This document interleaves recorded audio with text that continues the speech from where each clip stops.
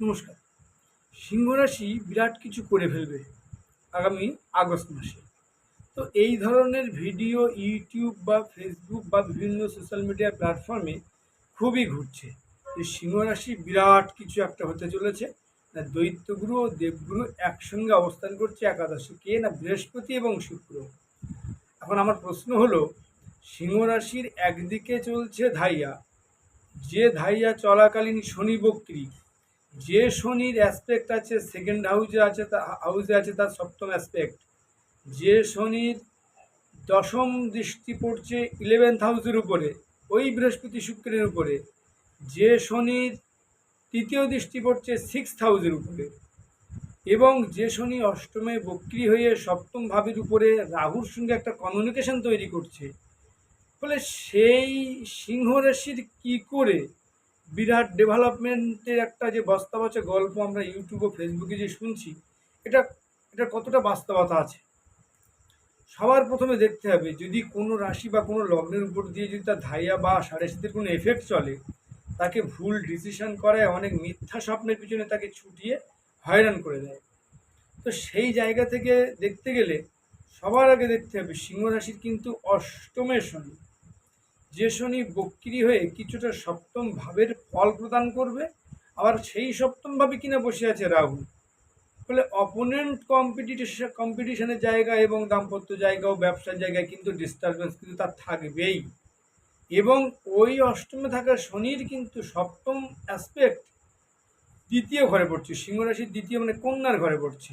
দ্বিতীয় ঘরটা হচ্ছে আমাদের সঞ্চয়ের ঘর, খাদ্যাভ্যাসের ঘর, মুখের ভাষার ঘর, বাকশক্তির ঘর, এবং দ্বিতীয় ঘরটা হচ্ছে আমাদের স্টোরেজ মানি বা জমানো অর্থের ঘর। মানে সঞ্চয়ের জায়গাটা তো নষ্ট করবে, সঞ্চয়ের জায়গাটা যেভাবে হোক নষ্ট করবেই, এটা একদম কমন বিষয়, এখানে কোনো দ্বিমতের জায়গা নেই। এবং সামনেই মঙ্গল কিন্তু আবার আগস্ট মাসে কিন্তু মঙ্গল চলে যাচ্ছে ওই কন্যার ঘরে। তাহলে দ্বিতীয় ঘরে মঙ্গল আসবে, যে মঙ্গলের সপ্তম দৃষ্টি পড়বে অষ্টমে শনির উপরে, যে অষ্টমে শনির সপ্তম দৃষ্টি পড়বে মঙ্গলের উপরে দ্বিতীয় ঘরে।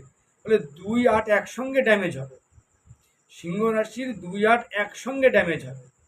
এবং অষ্টমে থাকা শনির তার তৃতীয় দৃষ্টি ক্লকওয়াইজ 6th হাউসে দেবে, ফলে তার হেলথ নিয়ে কন্ডিশন তৈরি করবে, তার আঘাত চোটের জায়গা তৈরি করবে, সমস্যা তৈরি করবে, তাকে হুটপাট ভুলভাল ডিসিশনের দিকে নিয়ে চলে যাবে। ফলে এই সমস্ত প্রেশার থাকলে, তার যদি একাদশে বৃহস্পতি এবং শুক্র আসে, মাথায় রাখতে বৃহস্পতি এবং শুক্র কিন্তু পরস্পরের ফেভারেবল নয়। দুটো একাদশে আসছে, ভালো ভালো ভাইবস তৈরি করবে, কিন্তু এই বৃহস্পতি ও শুক্রের উপরে শনির দশম অ্যাসপেক্ট, দশম দৃষ্টি কিন্তু ক্লকওয়াইজ কিন্তু পড়ে থাকছে বক্র অবস্থায়, এবং বক্র অবস্থাতে আসছে আমাদের শুক্র।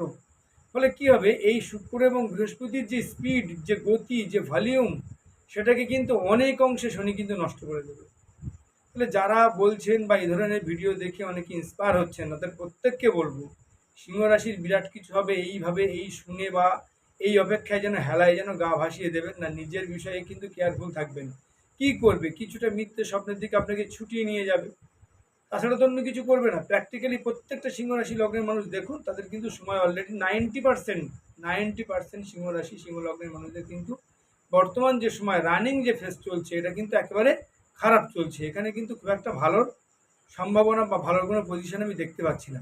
তার কারণ সবথেকে ভাইটাল প্ল্যানেট, যে কর্মের ফল প্রদান করে, যে সমস্ত অন্যান্য প্ল্যানেটদেরও কর্মের ফল প্রদান করে, সেই শনি কিনা অষ্টম ঘরে বসে আছে, এবং অষ্টম ঘরে থেকে সে বক্রী হয়ে সপ্তম ভাবের দিকে কিছুটা প্রভাব বিস্তার করে সপ্তম ভাবের যে ফলকে ক্রিয়েট করছে, যেখানে আবার রাহু বসে আছে। অর্থাৎ সপ্তম ভাবে রাহু শনির একটা মারাত্মক নেগেটিভ এফেক্ট তৈরি করবে তার ভিতরে।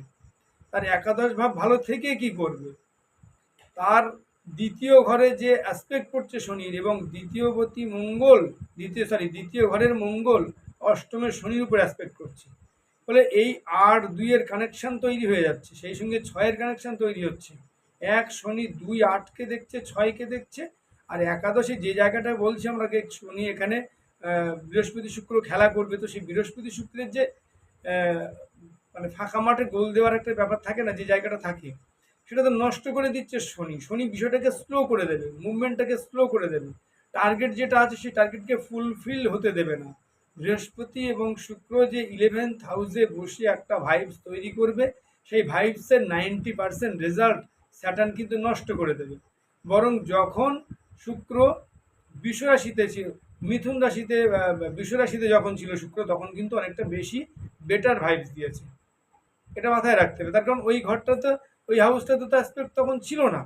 হ্যাঁ, ওই হাউসে অ্যাসপেক্ট ছিল, কখন ছিল? তখন বক্রি হয়নি, সেই অবস্থায় ছিল। শনি তখন তৃতীয় দৃষ্টি দিয়েছে অ্যান্টি ক্লকওয়াইজ, তখন শুক্র ছিল বিশ্বরাশির ঘরে। এইবার শুক্র যখন চলে আসছে মিথুন রাশির ঘরে, তখন শনি বক্রে আবার দশম দৃষ্টি দিচ্ছে। ফলে শুক্রের ফলটাকে কোনোভাবেই স্যাটার্ন কিন্তু ডিস্টার্ব করে দিচ্ছে। এবং সেই সঙ্গে সঙ্গে বৃহস্পতি, যেহেতু বৃহস্পতি তো এই ঘরে কখনো অতিচার গতি হবে, কখনো বক্রগতি হবে, এই মিলিয়ে প্রায় 1 বছর থাকবে। এবং বৃহস্পতির উপর কিন্তু শনির অ্যাসপেক্ট আছে। আবার এই এই ঘুরপথে শনি কিন্তু দ্বিতীয় ভাবকেও কিন্তু দেখছে, সেকেন্ড ঘরকে দেখছে। ফলে দ্বিতীয় ঘরকে শনি দেখছে, আবার ওই একাদশ ঘরের উপর শনির দৃষ্টি। ফলে যে টাকাটা রোজগার হবে সেটা খরচ করার জন্যে, এবং যেটুকু হবে সেগুলো সঙ্গে সঙ্গে সঞ্চয় করতে পারবে না, সঙ্গে সঙ্গে বেরিয়ে যাবে। ইনকামের সোর্সের যে ক্যাপাসিটি, যেটা স্বপ্ন দেখানো হচ্ছে বিভিন্ন অ্যাস্ট্রোলজি মহল থেকে, বিভিন্ন ফেসবুক ইউটিউব থেকে বিভিন্ন অ্যাস্ট্রোলজাররা বলছেন বিরাট একটা কিছু করে ফেলবেন, এই বিরাট স্বপ্নের জন্য আবারও বলছি গা ভাসাবেন না। তার কারণ অষ্টম এবং দ্বিতীয় শনি এবং মঙ্গল পরস্পরের দিকে কিন্তু একটা দৃষ্টি দিয়ে থাকছে। সেই সঙ্গে সঙ্গে শনি কিন্তু তার তৃতীয় দৃষ্টি ক্লকওয়াইজ কিন্তু ষষ্ঠ ঘরে দিচ্ছে। ফলে হেলথ, চোট, আঘাত, এই বিষয়টা এর আগেও ভিডিওতে আমি বলেছি। এই যে হেলায় গা ভাসিয়ে দেওয়ার একটা ভিডিও বা একটা পরিবেশ তৈরি করা হচ্ছে, পজিটিভ বিভিন্ন ধরনের পজিটিভ মিথ্যে কথা বলা হচ্ছে। তো পজিটিভ মিথ্যে কথা বলে লাভটা কী হবে? পজিটিভ মিথ্যে তো হবে না। যেটা হবার নয়, যেটা হবে না, সেটা সম্পর্কে মানুষকে গাছে তুলে মই কেড়ে নেওয়ার মতো করে তো লাভ নেই। সিংহ রাশি লগ্নের জাতক জাতিকারা, আপনারা কেউই যেন এই ধরনের ভিডিও দেখে যেন কোনো রকমভাবে প্রতারিত হবেন না, বা এই ধরনের ভিডিও যারা ছাড়ছে, এই সমস্ত অ্যাস্ট্রোলজার বন্ধু আছেন, বা এই ধরনের কী বলবো, জাস্ট মানে পাম দেওয়া কথাবার্তা এগুলো বলছেন, এই ধরনের কোনো রকম প্ররোচনায় যাবেন না। তার কারণ সিংহ রাশির জন্য কিন্তু টাইমটা খুব একটা ভালো নয়। প্র্যাকটিক্যালি বলছি, ধায়া চলছে, দ্বিতীয়, অষ্টম এবং 6-এর কানেকশন করে বসে আছে, একাদশের উপরে অ্যাসপেক্ট আছে। একাদশ শুধুমাত্র ভাইবস খুব একটা দিয়েই কিছু করতে পারবে না। যেটুকু আপনাকে অক্সিজেন দেবে আপনি সেটুকু সঞ্চয় করার চেষ্টা করবেন, কারণ সময়টা রানিং খারাপ চলছে এবং চলবে। যদি সামান্য কিছু দেয়, জানবেন সেটা আপনার কপাল, হয়তো আপনার ব্যক্তিগত জন্মকুণ্ডলিতে সময়টা ভালো যাচ্ছে, দশা ভালো আছে। সুতরাং সিংহ রাশি বা লগ্নের 90% মানুষকে এটাই বুঝতে হবে, এই যে বৃহস্পতি শুক্র একবারে এসে বিশাল কিছু করবে, এই আশা যেন কেউ বসে থাকবেন না। ভিডিও ভালো লাগলে অবশ্যই লাইক, শেয়ার, সাবস্ক্রাইব করবেন। আর কী ধরনের দেখতে চান ভিডিও কমেন্ট করে জানাবেন। ধন্যবাদ প্রত্যেককে।